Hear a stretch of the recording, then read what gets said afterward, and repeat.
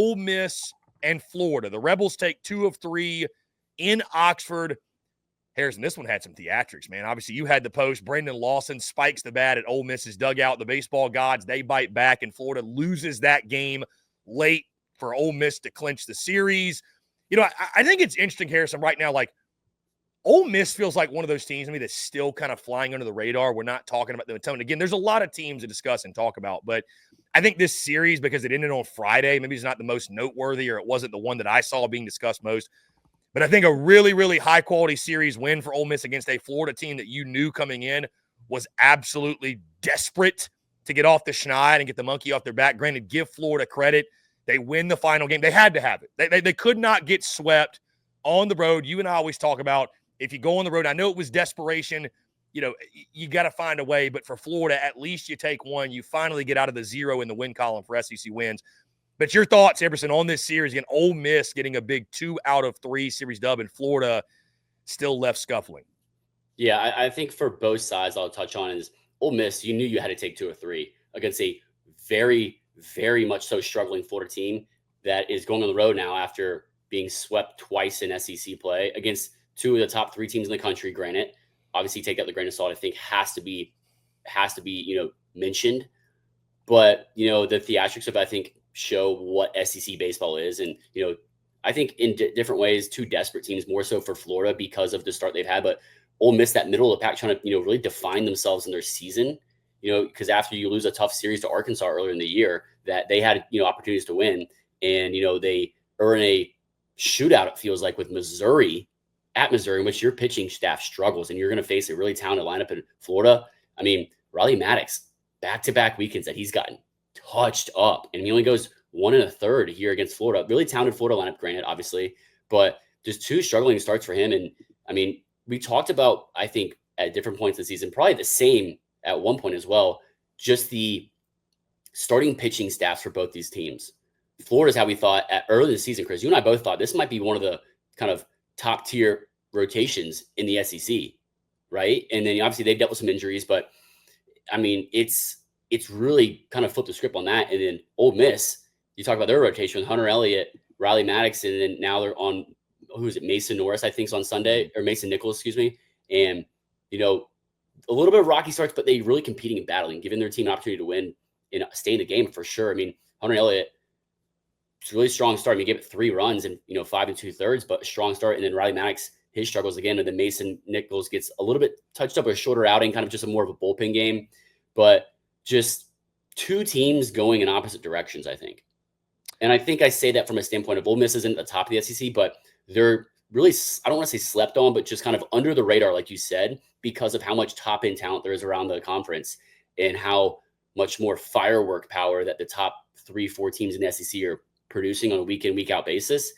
And Ole Miss is trying to, put themselves in that conversation as well. In Florida, just downhill, it's going downhill, and, they're trying to stop the avalanche, right? And you can't stop an avalanche, but in baseball, you just have to, maybe it takes winning one on the road here, and just getting guys healthy is a huge piece too. But, I just a lot of confidence in the game and the swag. And I like the energy from Brendan Lawson in that, in the moment, just with how their season's been going. But to look at their dugout and spike your bat, it's too much for me.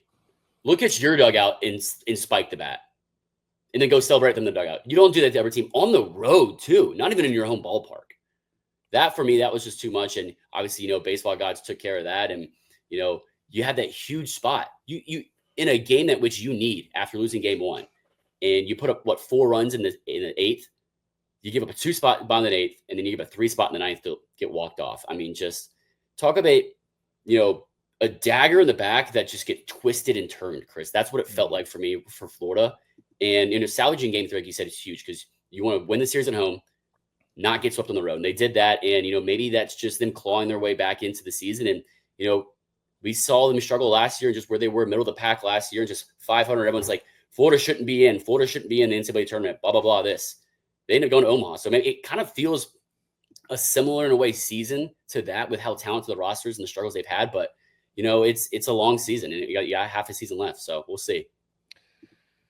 Is Florida lulling everyone to sleep so we have to pretend like we're surprised when they're in Omaha in a few months? That's the question. I will say this, Harrison. I like this Ole Miss team. I feel like Riley Maddox is so key for them. I just – like you kind of know what you're going to get out of Hunter Elliott. And then I think in your game threes, typically your Sunday game, I think it's going to be kind of a typical Sunday game. You're probably going to have to out-hit your way to win that game. But, like, for me, Riley Maddox has just been so up and down. He's been – He's been great at times, and I saw him obviously in Arlington to open the season. He was not very good.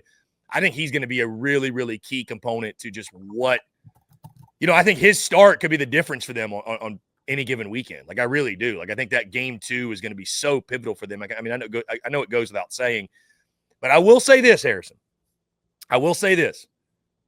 Florida, now sitting at 1-8 in conference play, okay? These next 3 weekends for the Gators, there is a path. There is a path for Florida to get this thing rolling, kind of like what an LSU did last year, right? When they had backs against the wall, they had to start putting some series wins together, and they did. This is what Florida's got coming up. Vandy at home for 3. Missouri at home, and at Mississippi State. Harrison, you've got to go at minimum 7-3, and I think you probably – 7-2. You have to, at minimum, go 6-3, probably need to go 7-2, right? Winning all 3 series puts you at 6-3. You probably need to sweep Mizzou at home. I think that goes without saying. So 6-3 at minimum. If you can go 7-2, all of a sudden you'd find yourself 8-10. You're back in the game. You're back in the mix. Not to win the SEC, obviously, but you're back in the mix to build some momentum. Postseason talks are back on. You'll have won 3 series in a row, obviously. There is a path for Florida, Harrison. I'm telling you. There is a path. Yeah. Got to take care of business next 3 weekends, though. Again, long way to go. And you got to win game 1. You got to win game 1 to do that. And you also have to get healthy. Like, we keep saying that, but, like, dude, this team's as beat up as anybody in the SEC. And there's just, like, they're changing up the weekend rotation every weekend. You got Jake Clemente coming out of the bullpen. Dude, Florida is trotting out a true freshman in Aiden King to start game 1. Like, you need Liam Peterson to return to form. Like, maybe Pierce Capalla comes back over the next few weeks. Like, there's a lot of things. You need Alex Philpott to just pitch better. You just need your guys in the pen to pitch better because without Frank Menendez, the bullpen's been really not helping. The pen's been awful. The pen's been terrible, right? Like, even guys we really, really high on, Jake Clemente, who's really a lot of really talented guys in the bullpen. I'm going to say, I think it needs to be taken with a grain of salt, whether I say it or not, that there are extremely talented guys in every SEC bullpen. The entire bullpen is extremely talented. You're playing SEC baseball, but you need guys to step up and execute. When I say, like, mention 1 or 2 guys are super talented guys, like, I mean that, like, on a higher, very successful SEC level, talented. You have your go-to guys, like, those are your go-to guys, right? They're not giving you what you need out of them to be successful and win a weekend series or game. Even that's the biggest thing that hurts teams like Florida right now. Because that's what stops the bleeding. Yeah. The pin's been awful. Again, there's no excuse to lose that game too. There's just no excuse. Like, you can't have a 5-run lead and give that up and lose that game. You just can't do it. Like, it's inexcusable. Once again, I want to repeat. The path is there for the Florida Gators. I know that fan base is down and out, dejected, 1-8 start. Vandy, Mizzou, at Mississippi State. All 3 series are winnable. All 3 series, I dare say, Harrison, Florida should win. Throw in a sweep against Missouri in there. Go 7-2. You're right back in the mix. Just saying.